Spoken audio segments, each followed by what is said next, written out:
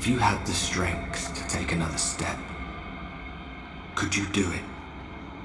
Could you save our worlds?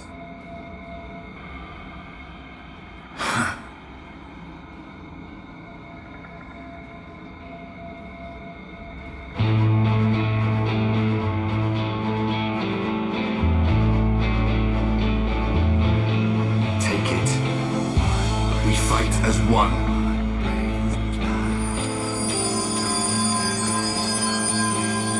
This world is not yours to end.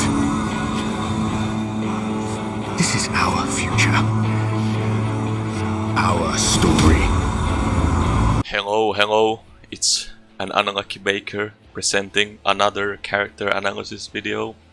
Sorry for not uploading for a while, I was busy with exams and doing static stuff. The character we're looking at today is Ardbert. This is definitely an underrated character in my opinion, since, same as with Reen, I feel that he was a very crucial addition to Shadowbringers.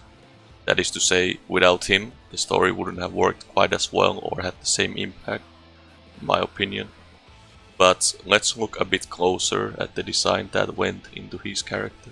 His story starts in the post-Dragonsong War quests in Heavensward. He arrives along with his gang as a mysterious group of warriors of darkness from another world and is trying to essentially save their own world, which leads to him eventually confronting you, thinking that killing you would save his world. This of course doesn't work out, and instead Hydaelyn ends up sending both the warriors of darkness and Minfilia over to the first to stop the flood of light. Now, I'm not going to focus on this portion of the story too much though, because it was all really condensed and was obviously just a setup for Shadowbringers later on. But what we can already gather about his character from back then was that he was just an ordinary guy who ended up becoming a warrior of light and not of his own volition. He tries to do anything to prevent his world from getting destroyed, even allowing himself and his companions to essentially die so they can travel to the source. After we defeat him, he gets angry at Hydaelyn because it didn't come to his aid when they went through all those hardships, rather only when it was being threatened by the prospect of the flood of light, causing an imbalance in the first. Which, by the way, this is a nice bit of foreshadowing about Hydaelyn being essentially just a primal. So it makes sense that it is just acting on a very primal instinct here, though it is not exactly clear if Ardbert knew about that. More than likely he didn't. He was probably just angry at Hydaelyn for appearing as a sort of a savior when it's too little, too late in his eyes. He then parts with us by saying, as one fool to another, do not repeat the same mistakes that he made. Obviously, the focus of this video will be on Shadowbringers, but it's important to bring up his involvement during Heavensward, since already back then, the setup with his character was to be a mirrored version of the Warrior of Light. You see, a core feature I was always looking forward to in Shadowbringers was the idea that it was going to be the first expansion to really characterize the Warrior of Light a lot more, past use as being an avatar. A big reason to assume that was, for instance, how the logo for Shadowbringers has a single character, presumably the Warrior of Light, portrayed on it. Now, I'm certainly not saying that the previous characters didn't form a bond between them and us, the player, but I still always felt like, to me it still always felt like we played a purely avatar character. In Shadowbringers they wanted to sorta address that a bit, and now we got actual backstory for our main character, and we see a lot of emotion and interaction coming out of them. And there's three very important characters in regards to this, those being Emet-Selch, Grahatia and Ardbert. I definitely want to talk about the other two eventually as well, but basically all these characters post certain ideologies that were imparted onto our main character. This was done really wonderfully, since there's a lot of cutscenes that are one-on-one conversations with these said characters throughout the story, without any of the scions or whatever other NPCs interfering.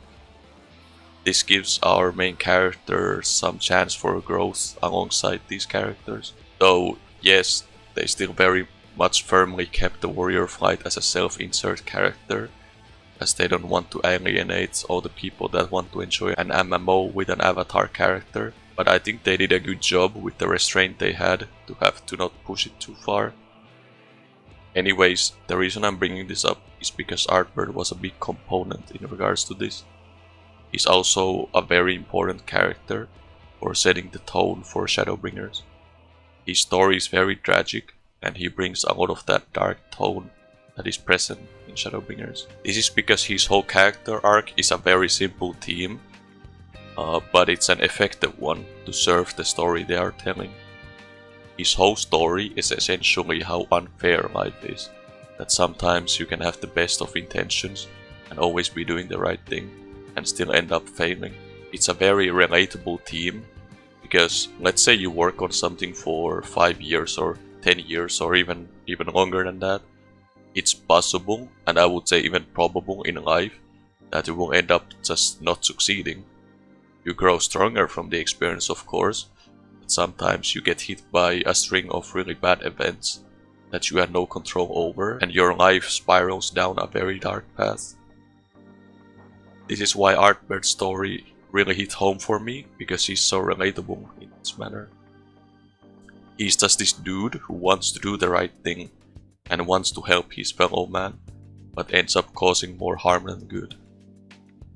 It's a pretty cruel take on a character having an ideology based on humanitarianism. By this I mean the fact that he was killing the Ascians in his world and causing an imbalance, simply because he didn't want the Ascians to cause suffering. The narrative is implying that the quote, right, end quote thing would have been to only do so in moderation.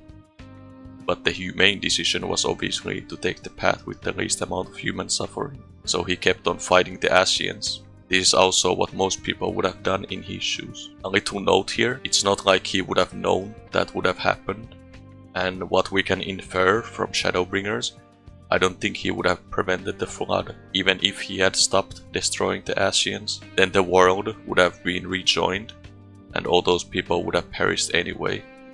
But the point still stands that he feels guilty for his actions, and is an important part of his character in Shadowbringers.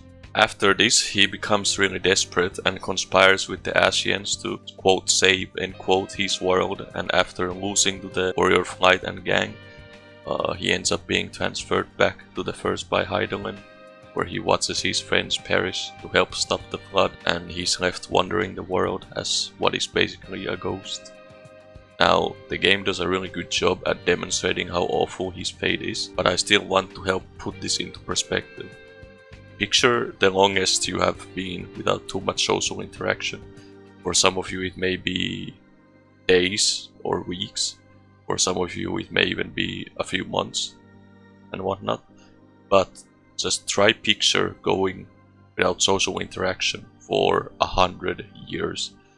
If you can't, then that is very much understandable, as that number is very absurd, as the human psyche wouldn't be able to take it probably already after a single year, let alone 100. Note, realistically, a person going for this long without any social interaction would probably be utterly broken, as in not even any more functional as a human.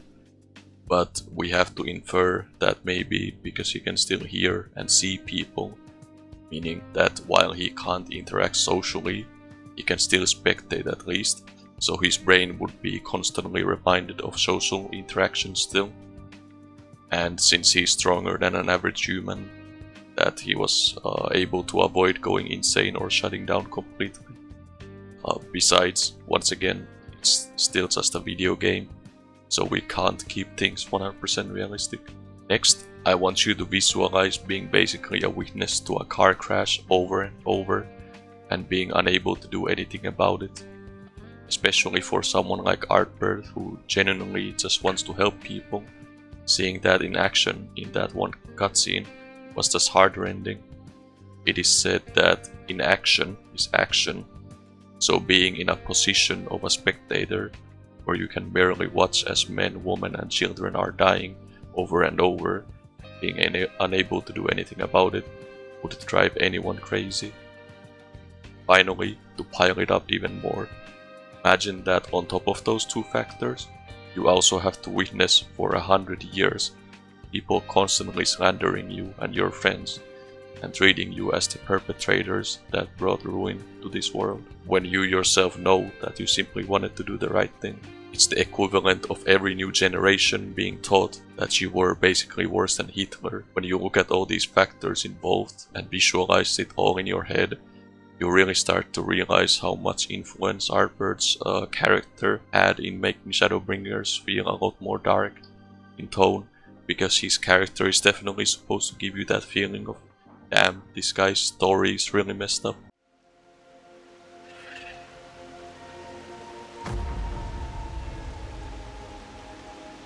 Run! Run, damn you! The Warrior of Darkness has returned. The Bloody Knight has returned. So stay with me, eh? You can't go dying now. God damn it! Please let this work. Please let this work.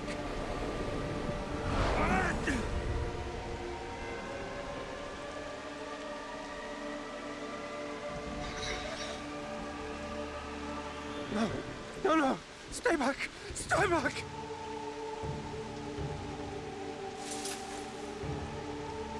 Help! Help! Anyone! Why did you spare me? Why?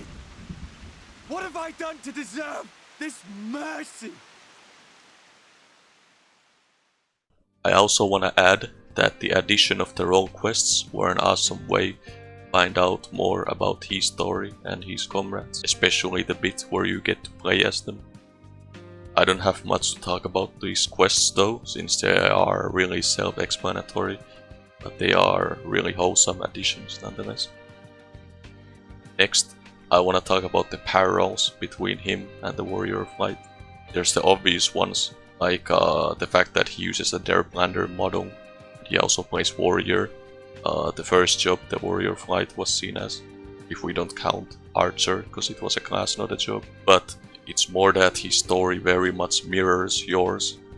He was fighting to save a dying world. Just the difference is that, again, he just ended up with a string of unfortunate events that led to his downfall. But that could have very easily been with your character as well. In fact, it funnily enough would have happened if not for Ardbert. He even emphasizes with you after your failure at Mount Gulg and the light returning, saying that it must feel awful to know that you are responsible for it. Since, of course, he would understand this of all people. This is why they devote a lot of time in Shadowbringers building up the relationship between you and him, having him be a sort of a kindred spirit, and the scenes with him were definitely among my favorites, as they were usually at the end of a story arc where something big happened, so not only did it serve as a little breather, but again it made my character feel a lot more humane. So having a chat with these characters like Ardbert one-to-one. This relationship is then built up throughout the expansion, as you find out more and more about Ardbert's outlook on this world, and him going from having essentially given up on life and broken. You were summoned to save the first. A waste of time. This world is beyond saving, like those who try to save it. Muddled as my mind may be, I've not forgotten that. Finding a potential hope in you at the very end. He also narrates all the new zones that you enter, which is a really nice touch. It also served great in setting the tone in some cases. For example, when you're at basically the lowest point in the story, after what happened at Mount Gulg, cuts back to your room in the inn, and guess which character do they have you interact with? Ardbert. Only this time, it is you that is about to give up hope, and he's there to pick you up. And oh my god, this scene is so beautiful. When he finally comes to terms with his past, he realizes that his and his friends' actions were not mistakes, but rather it was the correct course of action all along. No. We made the right decision. and I can finally feel proud of the part we played in helping this world survive.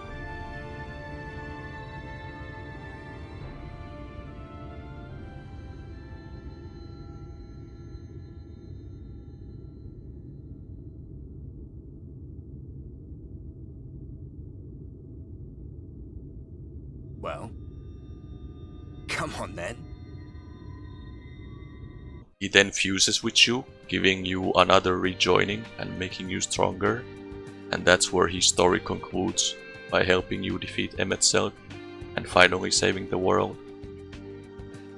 Except if it wasn't hammered enough that he's a tragic character, now you have Ardbert running around with his body, basically defiling him. They really can't have him catching a break, can they? I must say though that this was actually a really brilliant move, because now they have introduced a whole new aspect of the story. You spent all this time growing to like Ardbert and becoming basically bros with him, but now you got this motherfucker posing as his corpse instead of him finally getting a resolution and a happy ending. This presents Ardbert as a completely different type of villain from Imacuttlefish, whereas with Imacuttlefish it was more about you and him having a way different moral compass and different ideologies that made him such a good villain. With Ardbert it's more about making it personal. This extra angle is awesome, because they knew they didn't have as much time to develop Ardbert as a villain. So instead we have a completely another reason to fight him basically. And they played this card really well, since in 5.2 you have a cutscene where you can choose which role quest representative you want to talk to. But they all show emotion coming out of your character. You are basically distraught that your dear friend cannot rest even after everything he went through. This is also reflective in some of the dialogue choices, like when you confront Ardbert, there is a dialogue choice that is very personal, basically you demanding him to leave Ardbert's body. This is the kind of stuff I mean when I say that Shadowbringers breathes life to your character, such as in this instance where they actually give you the opportunity, make it personal, and have different motivations to confront Ardbert other than, oh, cause he's the bad guy. And it all works because they built up Ardbert to be someone who is really close to the warrior fight in a different way from the Scions. After defeating Ardbert, Ardbert finally gains resolution to his story in this beautifully made heart-wrenching scene with Seto that ought to make you cry. What an incredible conclusion to a great character. All in all, between his tragic story, his close relationship to our main character, and just being overall really integral to the construction of the amazing story that was Shadowbringers, I find Ardbert to be one of my absolute favorites. I don't think the story would have simply had the same emotional weight if not for him, and for that he's definitely a strong addition as a character. I hope you liked this episode of character analysis. I do love sitting down and taking a deeper look at the decisions made going into the creation of these characters, how integral they were to deliver the stories we all know and love from FFXIV. I definitely plan on making more of this in the future, so if you enjoy watching this sort of content, then I'd definitely consider sticking around on this channel. As always, I appreciate the feedback, so rating the video and leaving a comment, either in the comment section below or DMing me is always welcome. But thanks for listening and have a nice day.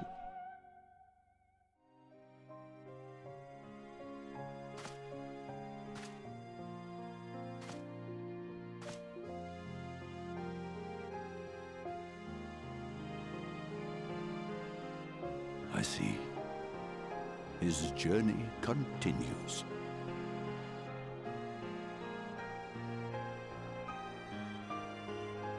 Then I will not yet bid him rest. With you, he may look forward to many more adventures.